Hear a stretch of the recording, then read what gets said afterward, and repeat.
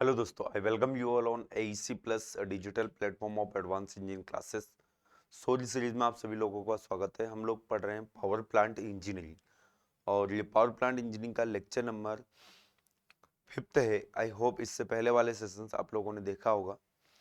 और अगर आप लोग अपनी प्रिपरेशन को और भी बूस्ट करना चाहते हो तो इसके लिए हमारी जो एप्लीकेशन है एईसी प्लस, इसके ऊपर एक कंप्लीट बैच भी अवेलेबल है, प्रैक्टिस प्लस रिवीजन बैच। ये बैच ऑलरेडी स्टार्ट हो चुका है 15 अक्टूबर से। इस बैच के अंदर आपको लगभग 200 प्लस आवर्स के लेक्चर्स मॉड्यूल मिलेंगे, जो कि आपके बड़े से बड़े सब्जेक्ट को काफ़ी कम समय में रिवाइज करने के लिए हेल्पफुल रहेंगे। ये प्रीमियम लेक्चर है, डिजिटल बोर्ड पर रिकॉर्ड किए गए क्रिस्प मैनर में पूरा एसएसजेई का कंटेंट यहाँ पर आपको देखने को मिलेगा इन लेक्चर्स के अंदर।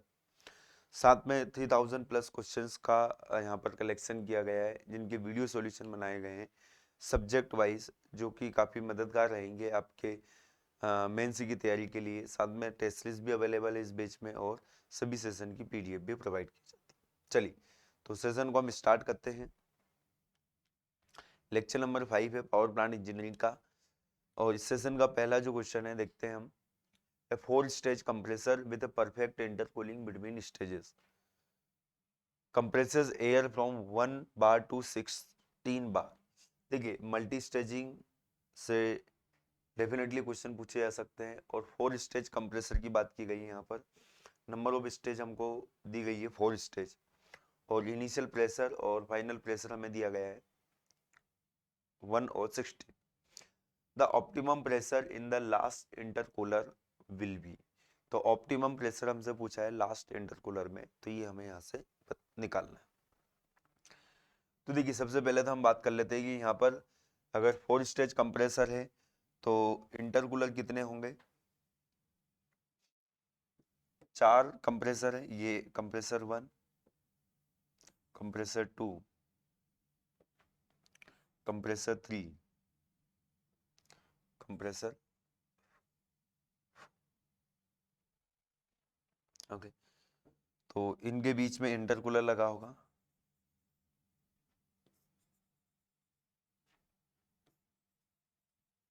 ओके, देखिए एयर जो एंटर कर रही है इसका इनिशियल प्रेशर है 1 बार, और एयर यहाँ से जो बाहर निकल रही है इसका प्रेशर हमें दे रखा है 16 बार।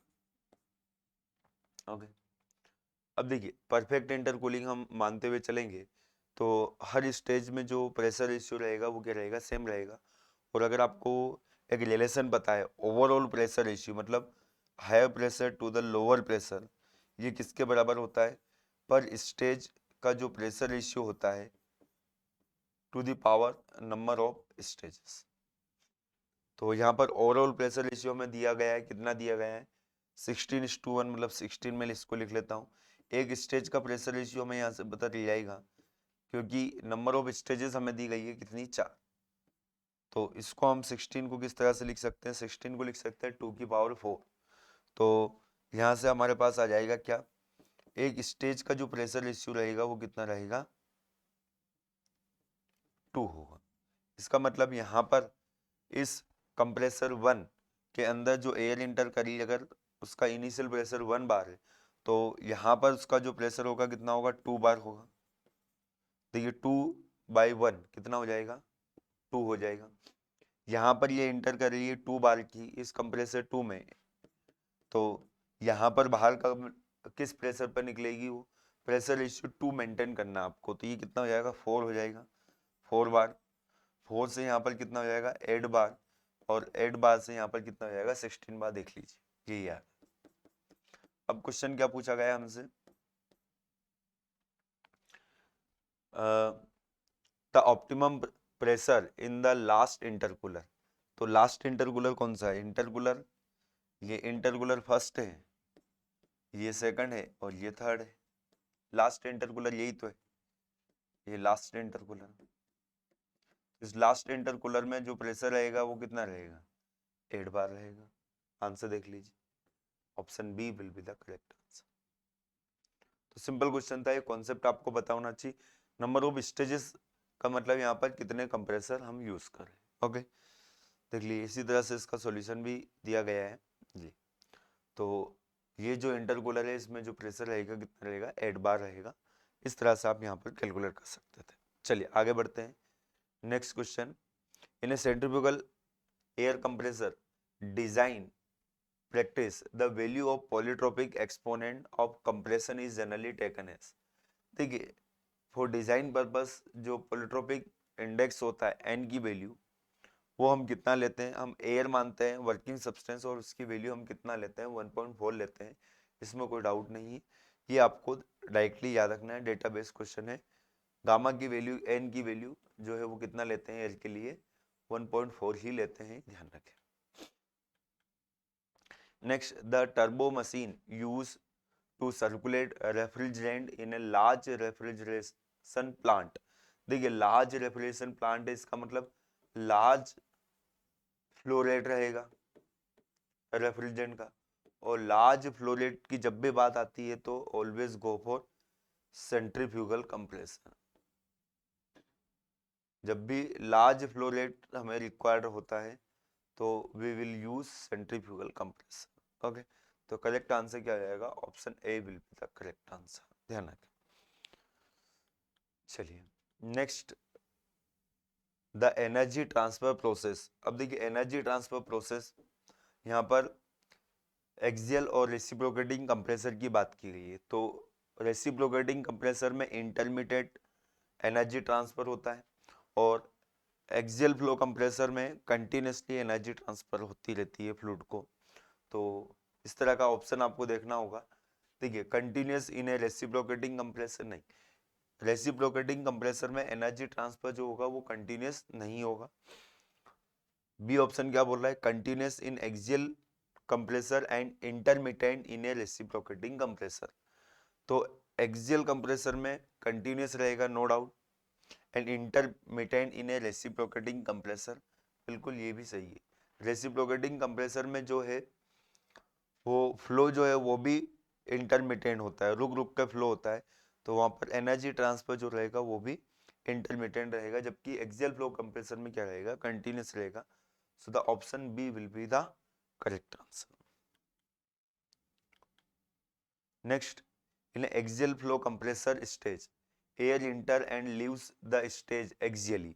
ओके, एक्सियल फ्लो कंप्रेसर में एयर जो है वो एक्सियली इंटर करती है और एक्सियली क्या होती है, बाहर निकलती है no doubt. If the whirl component of the air leaving the rotor is half the mean peripheral velocity, ये आपको समझना पड़ेगा। देखिए लिविंग मतलब एग्जिट की बात चल रही है, एग्जिट का वर्ल कंपोनेंट क्या होता है VW2 will be the half of the mean of peripheral velocity। Mean of peripheral velocity क्या होती है u2, इसका कितना है, आधा है। पेरिफेरल वेलोसिटी u होती है ना, तो एग्जिट की बात चल रही थी, इसका आधा है। अब क्या पूछा क्वेश्चन में, peripheral velocity of the rotor blade, then the degree of reaction will be. तो डिग्री ऑफ रिएक्शन हमसे यहाँ से पूछा है। तो देखिए डिग्री ऑफ रिएक्शन का एक फॉर्मूला हमने इससे पहले जो सेशन किया था उसमें भी मैंने आप लोगों को बताया था।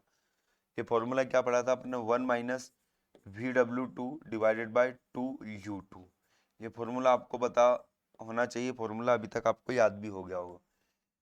ओके, तो इस फॉर्मूले में आप इस VW2 की वैल्यू पुट कर दीजिए, तो डिग्री ऑफ रिएक्शन आपके पास आ जाएगा। देखिए degree of reaction is equal to 1 minus VW2 को आप क्या पुट करेंगे, U2 डिवाइडेड बाई 2। तो यहाँ पर क्या बनेगा, U2 into divided by 4 into U2। तो U2 से U2 कैंसिल, 1/4, 1 माइनस 1/4 मतलब कितना बन जाएगा 3/4, और 3/4 का मतलब कितना होता है 0.75। तो डिग्री ऑफ फ्रीडम कितनी आ जाएगी 0.75। तो ये फॉर्मूला भी पूछा जा सकता है आपसे एग्जाम में डायरेक्टली, इस पर बेस्ड न्यूमेरिकल भी आ सकता है। तो याद रखें सेंट्रीफ्यूगल कंप्रेसर के केस में या एक्सियल फ्लो कंप्रेसर के केस में जो डिग्री ऑफ रिएक्शन होती है वो ये फॉर्मूले से निकाली जाती है। ये फॉर्मूला आपको याद होना चाहिए किसी भी कंडीशन में, ठीक है। चलिए आगे बढ़ते हैं हम। Next question, if an axial flow compressor is designed for a constant velocity through all stages, then the area of annulus of the succeeding stages will be। देखिए यहाँ पर क्या, if the axial flow compressor is designed for constant velocity through all stages, ये कौन सी velocity की बात चल रही है, फ्लो वेलोसिटी की बात चल रही है। देखिए क्या होता है, अगर आपने देखा होगा कि जो एक्सियल फ्लो कंप्रेसर होता है उसमें दो पार्ट होते हैं, एक होता है हमारा स्टेटर पार्ट और इसके अंदर लगा होता है क्या, रोटर। ये रोटर लगा हो,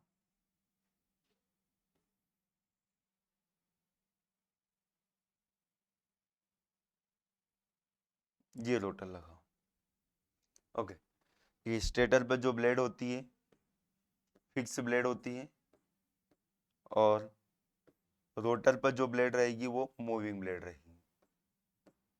यहाँ पर रोटर पर हम ब्लेड बना लेते हैं, ये मूविंग ब्लेड्स। तो आप देख सकते हो यहाँ पर कि जो एरिया है वो डिक्रीजिंग है, और इसका मेन कारण क्या है, देखिए यहाँ से जो फ्लो हो रहा है, मास फ्लो रेट जो होगा उसको हम इस तरह से लिख सकते हैं, एयर है तो rho A into V F, flow velocity हम यहाँ पर लेंगे। अब देखिए जब एयर फ्लो करती है इससे, तो प्रेशर जो है कंटिन्यूसली क्या होता जाता है, बढ़ता जाता है। तो इस डायरेक्शन में प्रेशर जो है क्या होगा, कंटिन्यूसली सॉरी बढ़ता जाएगा। प्रेशर बढ़ता जाएगा तो यहाँ पर क्या होगा, डेंसिटी डेफिनेटली क्या होगी, कम होगी। डेंसिटी अगर कम हो रही है और फ्लो वेलोसिटी हमें कांस्टेंट रखना है, तो एरिया को क्या करना पड़ेगा, आपको डिक्रीज करना पड़ेगा, तभी मास फ्लो रेट जो रहेगा क्या रहेगा, कांस्टेंट रहेगा। तो progressively decreases, area should be progressively decreases, और इसे हम बोलते हैं क्या, फ्लेयरिंग, फ्लेयरिंग ऑफ स्टेटर। ये स्टेटर है और इसे क्या कहते हैं, हम रोटर कहते हैं। अच्छा, रोटर की भी फ्लेयरिंग की जा सकती है। रोटर को हम इस तरह से बनाएंगे, स्टेटर को अगर आपने कांस्टेंट क्रॉस सेक्शन एरिया का बना दिया, तो रोटर की भी फ्लेयरिंग करके आप ये डिक्रीजिंग एरिया वाला क्रॉस सेक्शन बना सकते हो। ठीक है, तो यहाँ पर ध्यान रखें, आंसर क्या रहेगा, प्रोग्रेसिवली डिक्रीजेस। अब देखेंगे एक्सियल फ्लो टरबाइन हो या फिर मतलब एक्सियल फ्लो कंप्रेसर हो, तो उसमें इस तरह का आपको डायग्राम देखने को मिलेगा, इससे आप ध्यान रखें। Next, what will be the shape of the velocity triangle at the exit of a radial blade centrifugal impeller taking into account slip। अच्छा, सबसे पहले तो हम बात कर लेते हैं कि अगर स्लिप नहीं होती है तो सेंट्रीफ्यूगल कंप्रेसर का एग्जिट वेलोसिटी डायग्राम कैसा हो। ओके, रेडियल वेन है तो रेडियल वेन अगर होगी तो सपोज ये हमारी वेन है।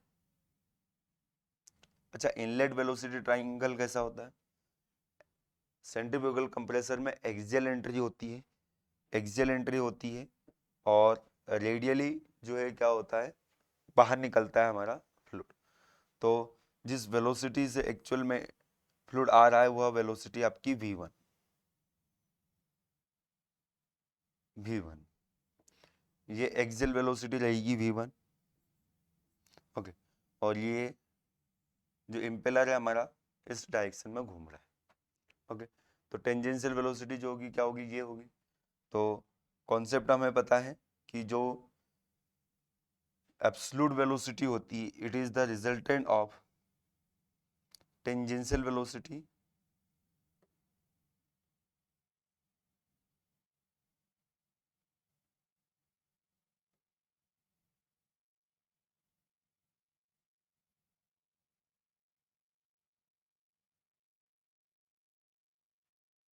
ओके चलिए एंड रिलेटिव वेलोसिटी।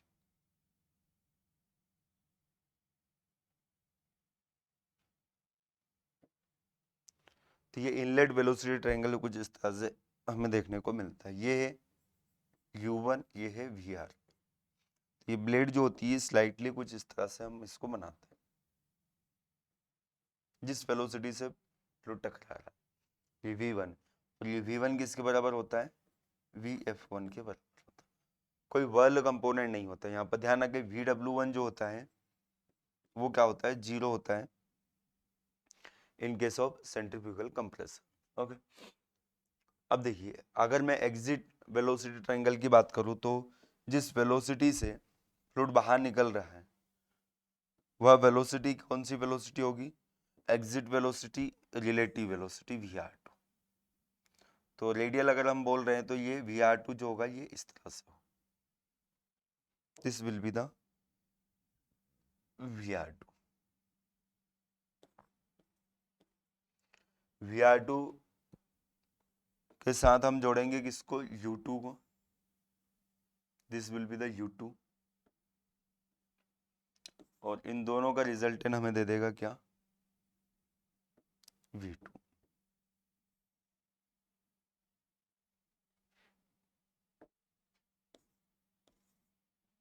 तो देखिए V2 का हॉरिजॉन्टल कंपोनेंट क्या रहेगा, VW।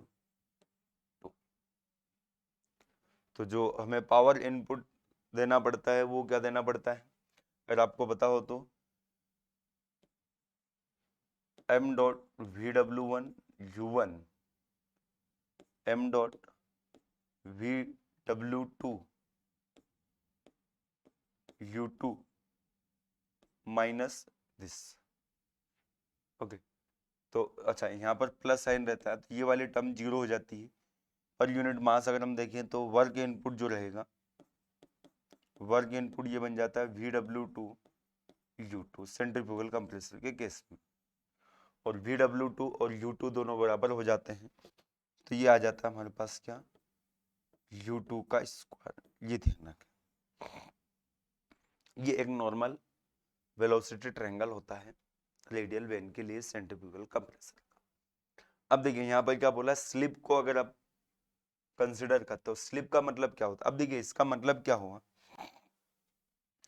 कि ब्लेड की जो एग्जिट वेलोसिटी है U2, ब्लेड की एग्जिट वेलोसिटी नहीं, जो टेंजेंशियल वेलोसिटी है और जो वर्ल कंपोनेंट है दोनों क्या है, बराबर है।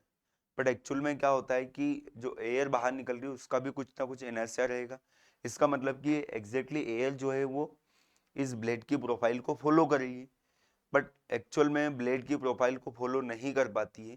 तो ये VW2 जो होता है ये कम होता है किससे, U2 से, इन एक्चुअल,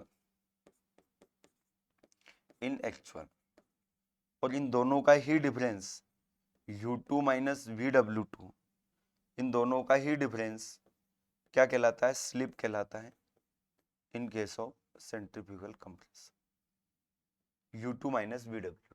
ओके, तो इसीलिए हम एक स्लिप फैक्टर भी लेते हैं, इन दोनों का रेशियो स्लिप फैक्टर बन जाता है, उसको आपको यहाँ पर कंसिडर करना पड़ेगा। तो अगर ऐसा है इसका मतलब यहाँ पर U2 जो है वो ज्यादा है VW2 के कंपेयर, तो U2 ज्यादा है तो VW2 U2 का कंपोनेंट है, VW2 जो है किसका कंपोनेंट है, V2 का। तो यहाँ पर हमारा जो डायग्राम है कुछ ऐसे बनेगा, एग्जिट वेलोसिटी जो रहेगी ये VR2, इसको हम ऐड करेंगे किससे, U2 से, और इन दोनों का रिजल्टेंट बनेगा आपका, तो ये समझ में आए। अब देखिए V2 का हॉरिजॉन्टल कंपोनेंट आप देखेंगे ये यहाँ से लेके यहाँ तक, अब खुद ब खुद आप समझ जाएंगे कि ये जो पूरा कंपोनेंट है ये तो U2 बन गया, और यहाँ से लेके यहाँ तक ये VW2 बन गया। तो यहाँ पर दिख रहा है ना आपको स्लिप का इफेक्ट, U2 जो है ये ज्यादा हो गया VW2 से, स्लिप का मतलब यही हुआ। तो अब वेलोसिटी ट्रायंगल में आप देख सकते हो कि तीनों जो एंगल है वो तीनों एंगल 90 से कम हो गए, ये एंगल, ये एंगल, ये एंगल। तो ऑल एंगल लेस देन 90, एक भी राइट एंगल नहीं बनेगा, फिर राइट एंगल ट्रायंगल नहीं बनेगा। आज समझ में आए, होती अच्छे तरीके से आपको मैंने ये चीज क्लियर कर दी। आई होप पूरा कॉन्सेप्ट आपको क्लियर हो गया होगा। चलिए आगे बढ़ते हैं। नेक्स्ट क्वेश्चन जो है, at the I tip of centrifugal impeller. Blade velocity हमें दे रखा है 200 मीटर पर सेकंड। देखिए ब्लेड वेलोसिटी का मतलब ये यू की वेलोसिटी यू है, कितना दे रखा है 200 metre per second. while the uniform axial velocity at the inlet, uniform axial velocity, axial velocity मतलब एक्सियली फ्लो करता है, मतलब फ्लो वेलोसिटी आ गई है, ये आपको समझना पड़ेगा। ये फ्लो वेलोसिटी हमें दे रखी है वी एफ, कितना 150 मीटर पर सेकंड।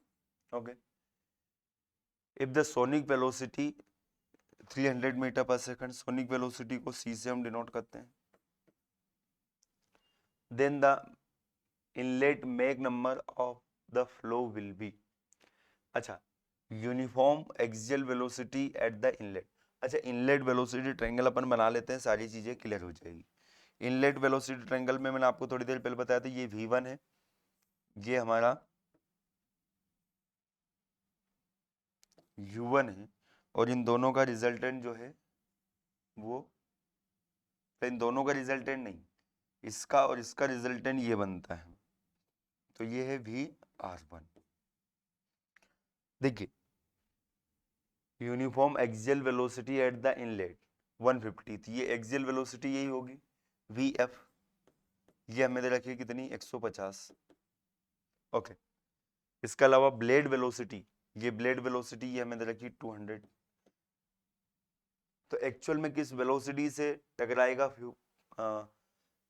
हमारा एयर VR1 से, एक्चुअल वेलोसिटी है। तो यहाँ से VR1 आप निकाल लीजिए, तो VR1 क्या होगा, पाइथागोरस आप लगा लीजिए, VR1 होगा स्क्वायर रूट ऑफ VF और U, VF का स्क्वायर प्लस U का square.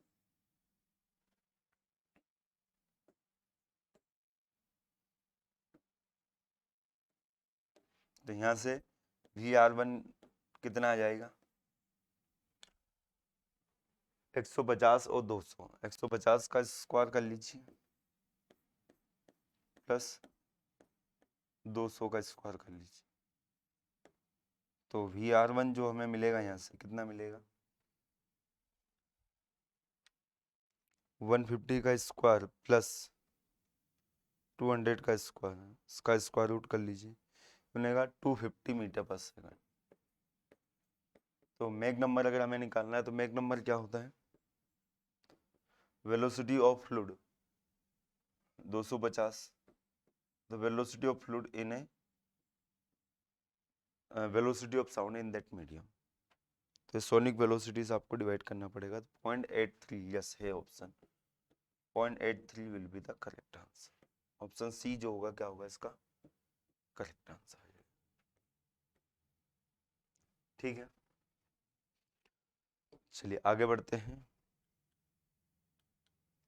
Next, a 3 stage reciprocating compressor has a suction pressure of 1 bar, inlet pressure दे रखा है 1 bar, delivery pressure of 27 bar, मतलब ये हायर प्रेशर हमें दे रखा है।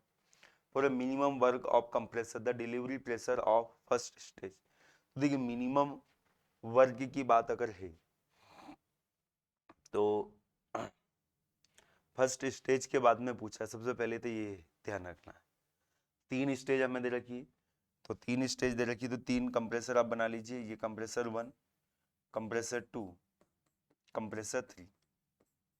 ओके, अच्छा ओवरऑल प्रेशर रेशियो जो है वो पर स्टेज के प्रेशर रेशियो की पावर n होता है, तो यहाँ पर मैं सीधा सीधा लिख सकता हूँ 27 इज इक्वल टू P2/P1, पर स्टेज का जो प्रेशर रेशियो है टू दी पावर 3, तो एक स्टेज का जो प्रेशर रेशियो है कितना हो जाएगा 27 को हम लिख सकते हैं 3 टू दी पावर 3, 3 3 कैंसिल हो जाएगा, आउट हो जाएगा, ये 3 हो जाएगा।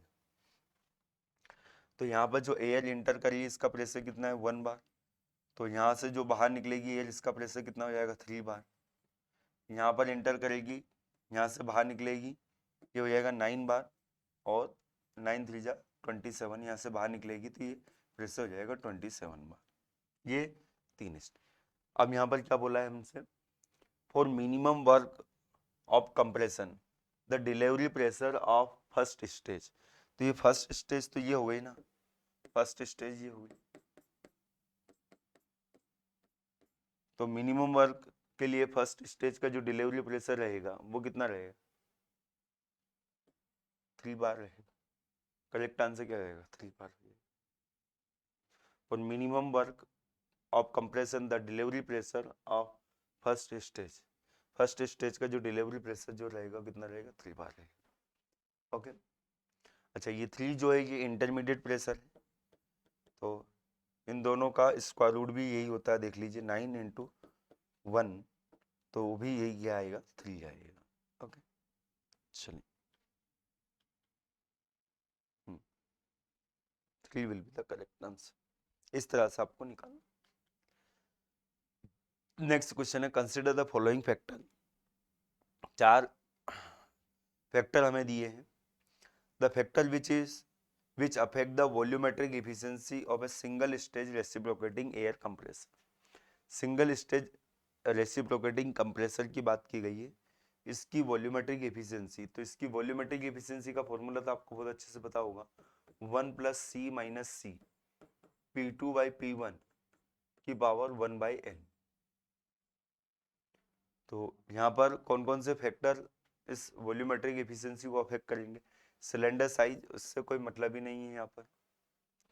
क्लियरेंस रेशियो, यस, ये क्लियरेंस रेशियो सी इस पर डिपेंड करती है वॉल्यूमेट्रिक एफिशिएंसी। ये क्लियरेंस रेशियो होता है क्या, ये भी ध्यान रखना है। पता चला कि क्लियरेंस रेशियो पता है, आता है, बट होता क्या है ये? Clearance volume to the swept volume. Delivery pressure, yes, P2 पर भी डिपेंड करेगी।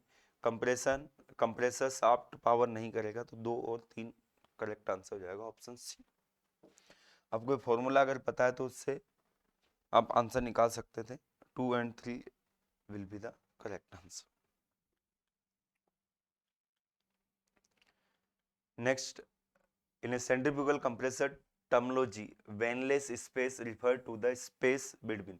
देखिए सेंट्रीफ्यूगल कंप्रेसर में होता है क्या है, हमारे पास इम्पेलर होता है, दिस इज इम्पेलर, और इम्पेलर पर ये बैकवर्ड कर्व वेन लगी होती है। इसके बाद में इम्पेलर के बाद में क्या बना होता है? डिफ्यूजर। ओके, तो डिफ्यूजर पर भी वेन लगी होती है वैसे तो। ओके, डिफ्यूजर पे भी वेन लगाते हैं हम कभी कभी। ओके, गाइड वेन भी उससे बोला जाता है। ठीक है, तो वेनलेस स्पेस जो होता है ये क्या होता है? इम्पेलर की जो वेन होती है इसका जो एग्जिट होता है और डिफ्यूजर का जो इनलेट होता है, उन दोनों के बीच कोई वेन नहीं होती, तो उसे बोलते हैं वेनलेस स्पेस। ये जो स्पेस होता है इसे हम बोलते हैं वेनलेस स्पेस। तो ये कहाँ पर होता है, इसको आप ऑप्शन को पढ़ोगे तो ही आपको समझ में आएगा। वेनलेस स्पेस कहाँ पर रहेगा? The inlet end blade inlet edge, inlet end blade inlet edge ऐसा नहीं है। Blade in the impellers, blades in the impeller नहीं। Diffuser exit end volute casing ऐसा भी नहीं है। Impeller tip end the diffuser inlet edge. देखिए impeller, ये इम्पेलर है हमारा, इम्पेलर है, इसका टिप जो है ये इम्पेलर टिप है ना, ये इम्पेलर टिप, और डिफ्यूजर इनलेट एज, ये डिफ्यूजर का इनलेट एज है। इन दोनों के बीच का जो स्पेस रहेगा उसे कहेंगे अपन क्या?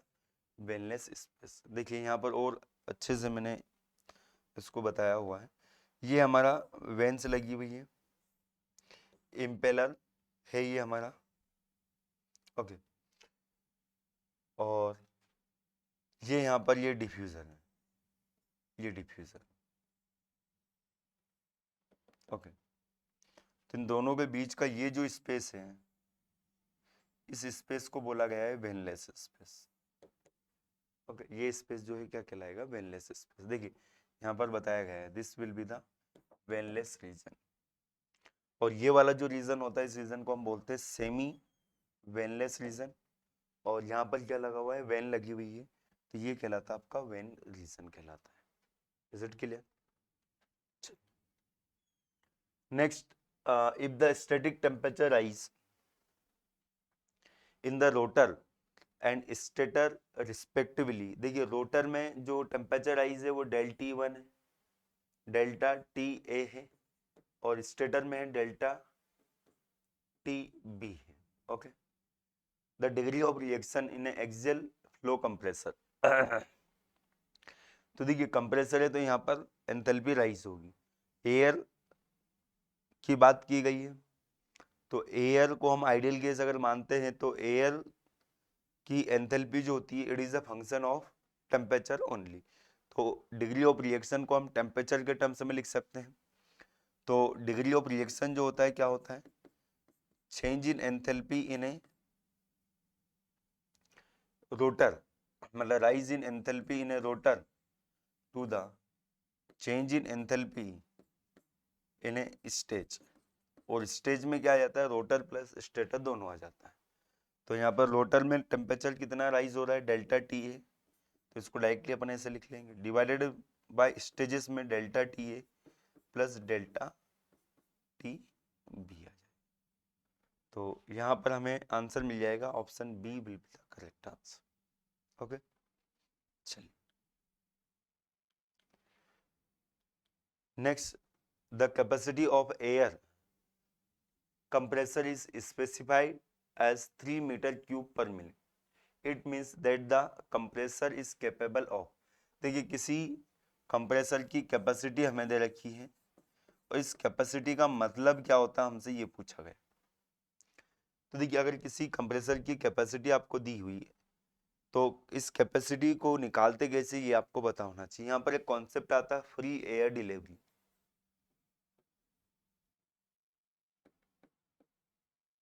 ओके, ये आपको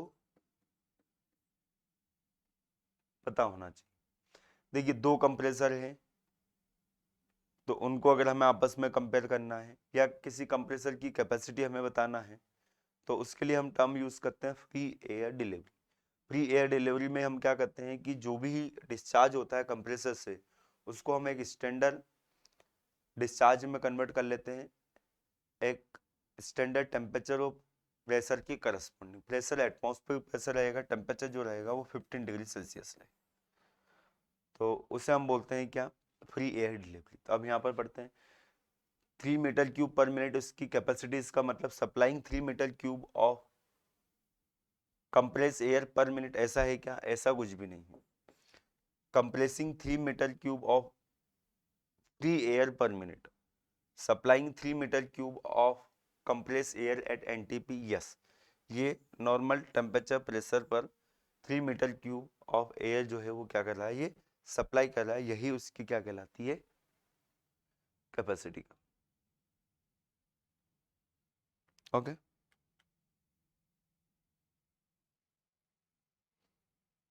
अच्छा सॉरी, एनटीपी नहीं, यहाँ पर फ्री एयर आ गया ना, मैंने आपको बताया सही कॉन्सेप्ट है। ठीक है, कंप्रेसिंग 3 मीटर क्यूब, सप्लाइंग नहीं होगा, compressing 3 metre cube of air, 3 metre cube of free air per minute, free air delivery. यहाँ तो आंसर क्या होगा इसका, बी ही होगा जो मैंने आपको बताया हुआ। Compressing 3 metre cube of free air per minute, ये फ्री एयर डिलीवरी का कॉन्सेप्ट यही बताता है आपको। ओके, चलिए, capacity of air compressor is express in terms of free air delivery, FAD। Okay, और अगर आपको इसको पूरा कंप्लीट पढ़ना है तो पावर प्लांट जो मैंने आपको पढ़ाया है एप्लीकेशन पर, उसमें आप देख सकते हो कुछ क्वेश्चन भी मैंने आपको कराए हैं फ्री एयर डिलीवरी के, और फ्री एयर डिलीवरी का पूरा मीनिंग भी वहां पर एक्सप्लेन किया है। चलिए, A two-stage compressor takes in air at 1.1 bar and discharge at 20 bar. Okay, the maximum efficiency, the intermediate pressure is, two stage है, इंटरमीडिएट प्रेशर अगर आपको निकालना है तो बिल्कुल सिंपल है। तो टू स्टेज में इंटरमीडिएट प्रेशर कैसे निकालते हैं, हायर प्रेशर और लोअर प्रेशर। देखिए टू स्टेज में ये चीज पॉसिबल है, बाकी नहीं तो फिर आपको डायग्राम बना के ही करना पड़ेगा। दो स्टेजेस से मतलब दो कंप्रेसर हमारे पास C1 और C2, यहाँ पर एक ही वो लगा हुआ है, इंटरकूलर लगा हुआ है, तो इसका इंटरमीडिएट प्रेशर निकालना है, निकाल सकते हैं। ये जो एयर इंटर कर रही है इसका प्रेशर और यहाँ से बाहर निकल रही है वो प्रेशर, इन दोनों को का क्या लेना है आपको, ज्योमेट्रिक मीन लेना है। तो इंटरमीडिएट प्रेशर और मिनिमम वर्क इनपुट कितना आ जाएगा, 20 इंटू 1.1 का आप मल्टीप्लाई करेंगे तो इंटरमीडिएट प्रेशर आ जाएगा आपका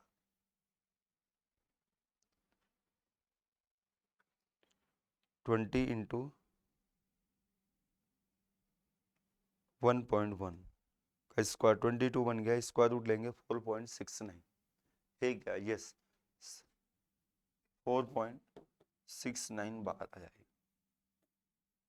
ओके, चलिए next question, the volumetric efficiency of a reciprocating compressor can be enhanced by, तो यहाँ पर हमारे पास 3 पैरामीटर दिए हुए हैं और पूछा गया है कि इनमें से किससे हम वॉल्यूमेट्रिक एफिशिएंसी रेसिप्रोकेटिंग कंप्रेसर की बढ़ा सकते हैं। तो वॉल्यूमेट्रिक एफिशिएंसी का रिलेशन आपको पता होना चाहिए, 1 + C - C P2/P1 to the power 1/n। तो बढ़ाना है तो इस टर्म को कम कर दीजिए, तो इस टर्म को कम कैसे किया जा सकता है, हीटिंग द इनटेक एयर। अच्छा, इनटेक एयर को अगर अपन गर्म करेंगे तो इनिशियल टेम्परेचर मतलब जो एयर इंटर कर रही है उसका टेम्परेचर जो है वो ज़्यादा होगा, टेम्परेचर ज़्यादा होगा तो प्रेशर भी ज़्यादा होगा। अगर आपको पता हो ये रिलेशन T2/T1 = P2/P1 की पावर Γ-1/γ, या n के टर्म्स में भी लिख सकते हो आप, n-1/n। तो P2/P1 को हम रिप्लेस कर सकते हैं किससे, P2/P1 को तो 1 + C - C, तो ये T2/T1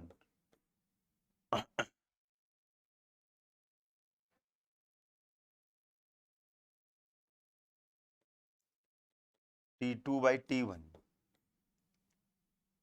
n/n-1, तो ये n से n कैंसिल आउट हो जाएगा, तो ये बनेगा 1/n-1। तो क्या बोल रहा है, टेम्परेचर आप बढ़ा दीजिए, हीटिंग द इनटेक एयर इसको आप बढ़ा देंगे तो डेफिनेटली ये वाली जो क्वांटिटी है पूरी ये क्या हो जाएगी, डिक्रीज हो जाएगी, डिक्रीज हो जाएगी तो वॉल्यूमेट्रिक एफिशिएंसी जो है क्या हो जाएगी, बढ़ जाएगी। बिल्कुल सही, पहला स्टेटमेंट सही है। Decreasing the clearance volume, yes, देखिए क्लियरेंस वॉल्यूम अगर कम रहेगा तो जल्दी ही, देखिए अगर यहाँ पर इतना क्लियरेंस वॉल्यूम रखा तो पहले से एयर बहुत ज़्यादा है, तो अब पिस्टन को कितना ट्रेवल करना है, यहाँ से यहाँ तक करना है, तो काफ़ी कम अमाउंट में एयर अंदर आ पाई। अब अगर क्लियरेंस वॉल्यूम कम रहेगा तो पिस्टन डिस्प्लेसमेंट जो होगा ज़्यादा होगा, तो ज़्यादा चांसेस रहेगा एयर को इंटर करने का, तो ये भी सही है। अब हीटिंग द इनटेक एयर से डेंसिटी, हीटिंग द एयर से बढ़ रही है वॉल्यूमेट्रिक इफिशियंसी, तो कूलिंग से तो बढ़ेगी नहीं, कूलिंग से नहीं बढ़ेगी तो 1 and 2 आंसर हो जाएगा, मतलब B will be the correct answer. चलिए next question, reciprocating compressor are provides with, देखिए रेसिप्रोकेटिंग कंप्रेसर जब भी मैं पढ़ाता हूँ तो वहाँ पर क्लियर कट वर्ड में आपको लिखवाता हूँ कि यहाँ पर simple disc plate type valve होते हैं, इनलेट एंड एग्जिट जो वॉल होते हैं simple disc plate type valve होते हैं रेसिप्रोकेटिंग कंप्रेसर में, ये आपको डायरेक्टली याद रखना है। ओके, चलिए नेक्स्ट क्वेश्चन सर्जिंग चोकिंग से रिलेटेड है, ये डायग्राम आपको याद आ गया होगा, प्रीवियस सेशन में हमने इससे रिलेटेड क्वेश्चन देखे थे। तो क्या है, which portion of the centrifugal compressor characteristic shown in the figure is difficult to obtain experimentally, कौन सा डेफिनेटली, जहाँ पर रिवर्सिबल फ्लो होगा, तो आर से लेके एस तक ये सर्जिंग है ना, ये रीजन, इसमें कंप्रेसर आपका डैमेज हो सकता है, ये रिवर्सिबल फ्लो होगा, यहाँ पर रिवर्सिबल फ्लो होगा। अगर आप टोटल वॉल को अगर बंद करते हो तो वहाँ से बैक फ्लो होगा, जिससे कंप्रेसर क्या हो सकता है, डैमेज हो सकता है, इसलिए ये एक्सपेरिमेंटली ऑब्टेन करना क्या होता है, डिफिकल्ट होता है, तो आर एस ऑप्शन ए जो रहेगा इसका करेक्ट आंसर होना चाहिए। बाकी यहां से लेके ये एस से लेके यू तक का रीजन जो होता है ये सेफ वर्किंग होता है, रिवर्सिबल होता है। ओके, चल next question, the pressure rise in the impeller of a centrifugal compressor is achieve by, तो देखिए इम्पेलर में जो प्रेशर राइज होता है वो किस वजह से होता है, एक तो सेंट्रीफ्यूगल एक्शन की वजह से होता है,